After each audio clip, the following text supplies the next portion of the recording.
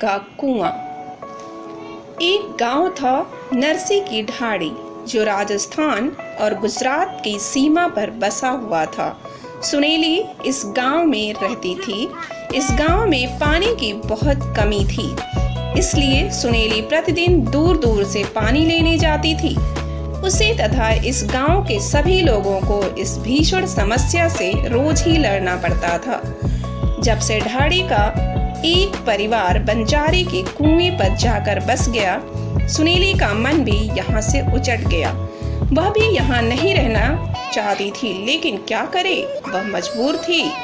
वहाँ के लोग अपने पुरखों की ढाड़ी छोड़कर से हटना नहीं चाहते थे। एक दिन की बात है, सुनेली पानी का घड़ा लेकर ढाड़ी की ओर जा रही थी कि एक खेजड़े के जड़ में उसे गीली मिट्टी दिखाई दी। उधरों ने बिल बनाया होगा, ऐसा सोचकर वह आगे की ओर बढ़ गई। लेकिन अचानक उसके मन में विचार आया कि गीली मिट्टी है तो शायद पानी भी होगा। वह प्रसन्नता से फूली न समाई। उसने अपने बेटों को बुलाया और बोली, चलो फावड़ा लेकर मेरे साथ आओ, हम लोग कुआं खोदेंगे। सुनीली की बात सुनकर दोनों बेटे हंसने लगे।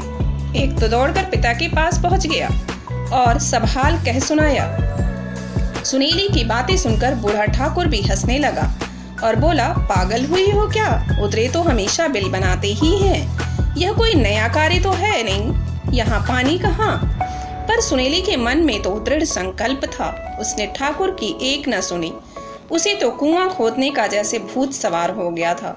उसने फावड़ा उठाया और खेजड़े की तरफ चल दी।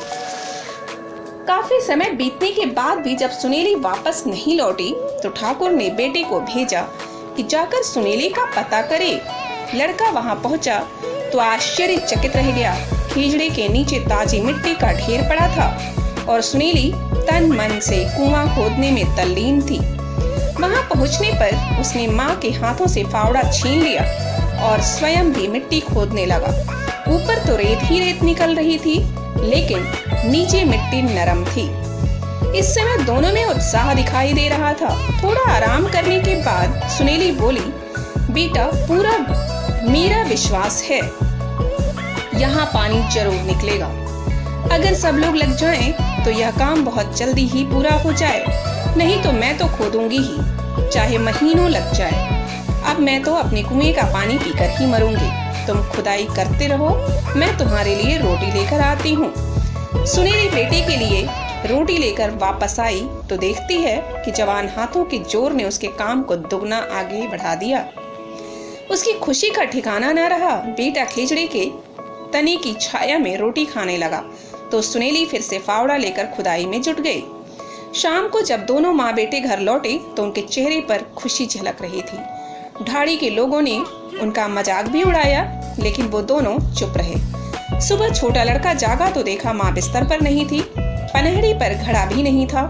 कुछ सोचकर उसने बड़े भाई को जगाया और बोला, दादा, माँ शायद ठीक ही कहती है। खेजड़े की जड़ में पानी है, तभी तो यह हमेशा हरा भरा रहता है। उठो और चलो, हमें माँ का हाथ बटाना चाहिए। बड़े ने कुछ सोचा और भाई के साथ चल पड़ा। खेजड़े के पास पहुंचकर दोनों गड्ढे में उतर गए और कुआं खोदना शुरू कर दिया। पास आने पर माँ ने दोनों को इस काम में जुटे हुए देखा तो गर्व से फूली न समाई। तब तक बूढ़ा ठाकुर भी वहां पहुंच गया। यह देखकर सुनेली के हाथों में हाथी के समान बल आ गया। वह खुशी से बोली, अरे, जिसके दो दो जवान बेटे हों और जिसका पति भी ऐसा पौरुष दिखाए, उसे किस बात की चिंता। पूरा परिवार दोपहर तक कुआं खोदता रहा, परंतु भगवान भी शायद परीक्षा लेना चाहते थे। शाम को जोर की आंधी आई और गड्ढा रेत से भर गया। लड़के उदास हो गए, ढाड़ी वाले भी मजाक उड़ाने लगे, लेकिन सुनेली पर इस बात का कोई प्रभाव नहीं पड़ा। वह बोली, परमात्मा ने खोपड़ी में बुद्धि दी और हाथों में ताकत। दिन में हमें आराम करना चाहिए और चांदनी रात में कुआं खोदना चाहिए। तुम लोग कुआं खोदने का काम करो और मैं मिट्टी उठाकर दूर फेंकती रहूंगी। उनका काम आगे बढ़ता देखकर लोग भी वहां पहुंच गए। सफलता समीप देखकर छोटे बड़े सभी उस काम में जुट गए। गड्ढा गहरा हो जाने के बाद उस पर गरारी लगा दी गई। नीचे से खोदी गई मिट्टी तुरंत ऊपर खींच ली जाती और बच्चे उसे उठाकर दूर फेंकते जाते। एक दिन कुएं में गीली मिट्टी निकल आई। लोगों की खुशी का ठिकाना नहीं रहा। सारे गांव में बतासे बांटे गए। सुनीली बंजारे के कुएं पर बसे परिवार को भी नहीं भूली। उन्हें जब यह परिवार समाचार दिया तो वे लोग भी बहुत खुश हुए। कुएं में मीठा पानी निकला। पहले एक स्रोत फूटा, फिर दूसरा, फिर तीसरा, और देखते ही देखते कुएं में 10 हाथ पानी ऊपर चढ़ा आया। सुनीली तो मानो खुशी से पागल हो उठी। उसकी इच्छा हो रही थी कि वह पानी में कूद कूद कर मछली की तरह तैरे। चारों ओर सुनीली की जय जयकार होने लगी। सुनीली की आंखें भर आई। वह बोली, एक आदमी की क्या ताकत, यह तो सबकी ताकत का फल है।